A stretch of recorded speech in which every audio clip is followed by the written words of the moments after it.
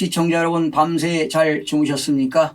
경제 부동산의 김동수입니다. 한국부동산원 조사에 따르면 2021년 7월 2주차 7월 12일 기준이 되겠는데요. 매매가격은 0.24%가 상승하고 전세가격은 0.16%가 상승했습니다. 지난주 대비 매매가격과 전세가격은 모두 하락을 했습니다. 전국적으로 0.24%가 상승했는데요. 전국 중환아파트 매매가격은 지난주 대비 상승폭이 축소되었습니다. 수도권은 지난주 0.35%에서 0.32%로 상승폭이 축소되었고요. 서울은 지난주 0.15에서 이번 주 0.15 상승폭을 유지했고, 지방은 지난주 0.18에서 0.16 상승폭이 축소되었습니다. 역시 5대 광역시도 0.19에서 0.17, 8개도 0.17에서 0.16, 세종시는 지난주 0.01에서 이번 주 마이너스 0.12%로 대폭 하락이 되었습니다. 시도별로 살펴보게 되면 인천은 0.44% 상승,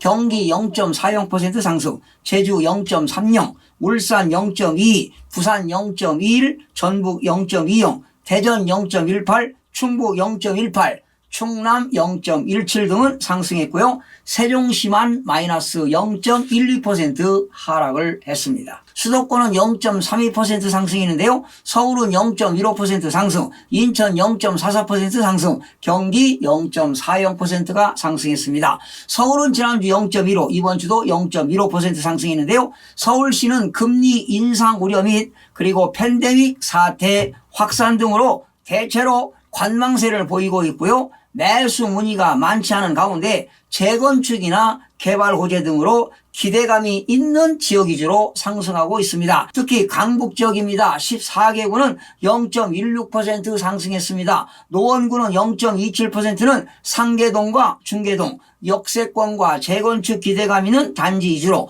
중량구 0.19%는 중화동과 신내동 구축 위주로, 도봉구 0.18%는 창동 역세권과 주변 단지 위주로, 은평구 0.15%는 정주 여건이 좋은 녹번동과 응암동 신축 위주로 상승이 되었습니다. 강남 11개구는 0.15%가 상승했는데요. 강남 4구입니다. 서초구 0.19%는 잠원동과 서초동 주요 단지 위주로, 강남구 0.16%는 도곡동과 대치동 위주로, 송파구 0.16%는 잠실동과 문정동 위주로, 강동구 0.16%는 천호동과 암사동 신축과 명일동 재건축 위주로 상승했습니다. 강남 4구 2위 지역입니다. 관악구 0.15%는 저평가 인식 및 교통 개선 기대감 있는 신림동 위주로, 금천구 0.18%는 가산동과 독산동 등 중저가 위주로 상승이 되었습니다. 여러분들도 다 아시겠지만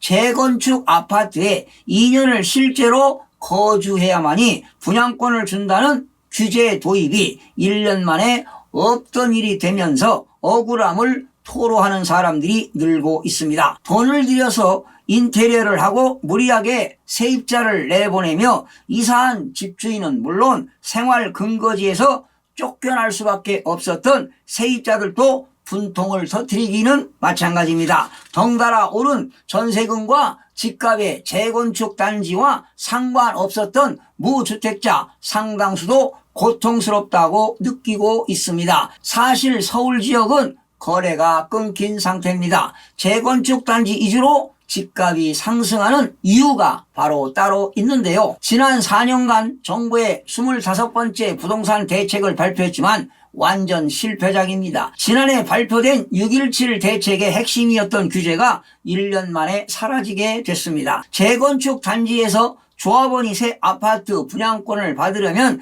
2년간 실거주하게 하려던 규제가 백지화되면서 풍선 효과가 나타날 조짐입니다. 조합 설립이 되지 않고 토지거래 허가구역으로도 묶이지 않은 재건축 단지를 중심으로 매수세가 커질 수 있다는 분위기가 확산되면서 재건축 집값 상승세가 지금 이어지고 있습니다. 도대체 정부는 집값을 잡을 의지가 있는 건지 도무지 이해가 안 갑니다. 이랬다 저랬다 하는 일관성 없는 정책으로 수요자들만 혼란이 가중되고 있습니다. 실거주 2년 규제가 폐지되면서 조합 설립 전 단계 있는 재건축 단지들에 대한 관심이 고조되고 있기 때문입니다. 최근 집값이 빠르게 오르고 있는 노도강이지요. 노원과 도봉과 강북 지역도 영향을 받을 전망입니다. 노도강은 토지거래 허가구역에 포함되지 않는 데다가 재건축 안전진단 초기 추진 단지가 밀접한 곳입니다. 그러다 보니까 노원구에서는 상계동 상계주공이 지금 재건축 시장을 이끌고 있는 상황입니다. 특히 말이죠. 서울 지역의 집값이 너무 많이 오르다 보니까 문재인 정부 4년간 주택 문제로 서울 이외의 지역으로 유출한 사람이 무려 32만 5,870명이나 됩니다. 다음은 인천 지역 살펴보겠습니다. 지난주 0.46에서 이번 주는 0.44로 상승폭이 축소되었는데요. 특히 인천광역시 연수구 0.53%가 상승했습니다. 교통 호재 및 중저가 수요가 있는 청학동과 연수동 그리고 동춘동 위주로 남동구 0.48%는 구월동 대단지와 만수동 논현동 중저가 구축 위주로 부평구 0.45%는 청천동과 상곡동 부평동 역세권 위주로 계양구 0.45%는 효성동과 작전동 등 구축 위주로 상승이 되었습니다. 경기도는 지난주 0.43에서 이번 주 0.40%로 상승폭이 축소되었는데요. 특히 안양 동안구 0.86%가 올랐는데요. 비산동과 관양동 등 교통망 확충 기대감 있는 지역 위주로 상승했고요. 안성시 0.85%는 공도읍과 옥산읍, 아양동 등 저가 단지 위주로 상승했는데 특히 공시가격 1억 원 미만의 주택은 1.1%의 취득세를 적용하기 때문에 이러한 갭 투자들이 투자하는 바람에 가격이 상승한 바 있습니다.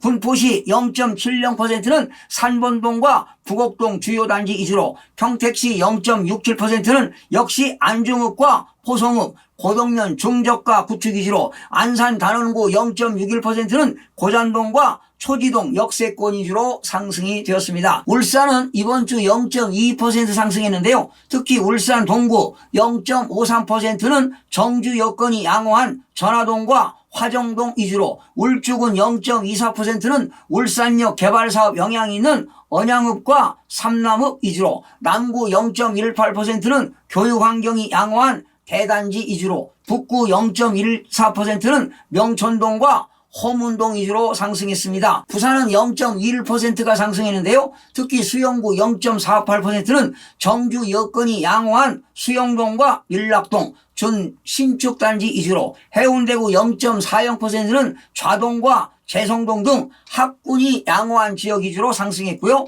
동래구 0.25%는 상대적 중저가 인식 있는 낭민동과 안락동 위주로 사하구 0.24%는 신평동 위주로 상승했습니다. 세종시는 지난주 0.01에서 이번 주 마이너스 0.12% 하락으로 대폭 하락을 했습니다. 특히 행복도시 위주로 매물이 누적되는 영향으로 호가가 하향 조정되면서 상승에서 하락으로 전환이 되었습니다. 여러분, 광역시 중 대구 광역시 부동산 시장이 심상치가 않습니다. 대구는 미분양 아파트가 급격히 늘더니 대구의 강남으로 불리는 수성구에서도 1순위 미달이 줄줄이 나오고 있습니다. 이렇게 미분양 사태가 나타나는 이유는 간단합니다. 아파트가 공급 과잉과 그리고 과도한 분양가가 원인으로 볼 수가 있는데요. 대구는 지난해 12월 규제 지역으로 전 지역이 묶인 가운데 공급이 많이 쏟아졌습니다.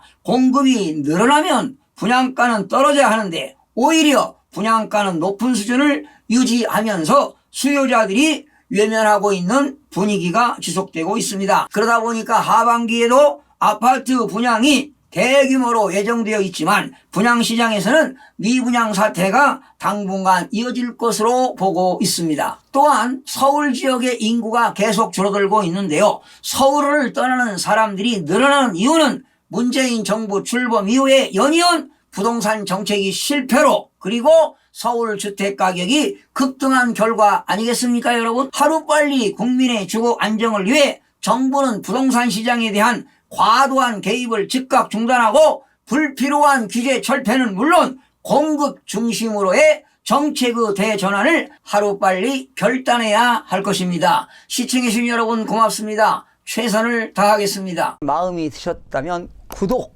좋아요 꼭 부탁드리겠습니다. 고맙습니다.